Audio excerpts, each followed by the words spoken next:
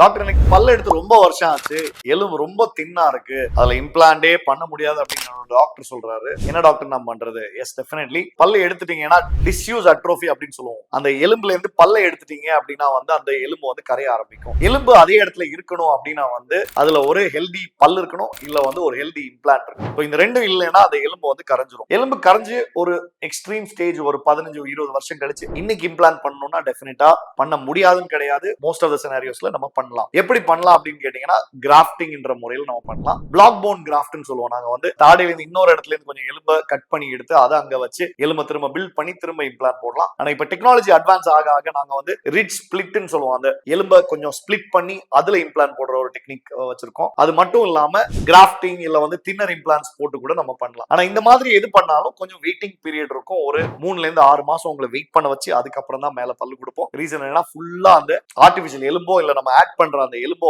அது கம்ப்ளீட்டா இன்டெகிரேட் ஆகி இம்ப்ளான்ட் எலும்போட சேர்ந்ததுக்கு அப்புறமா தான் நம்ம அந்த பல்லு.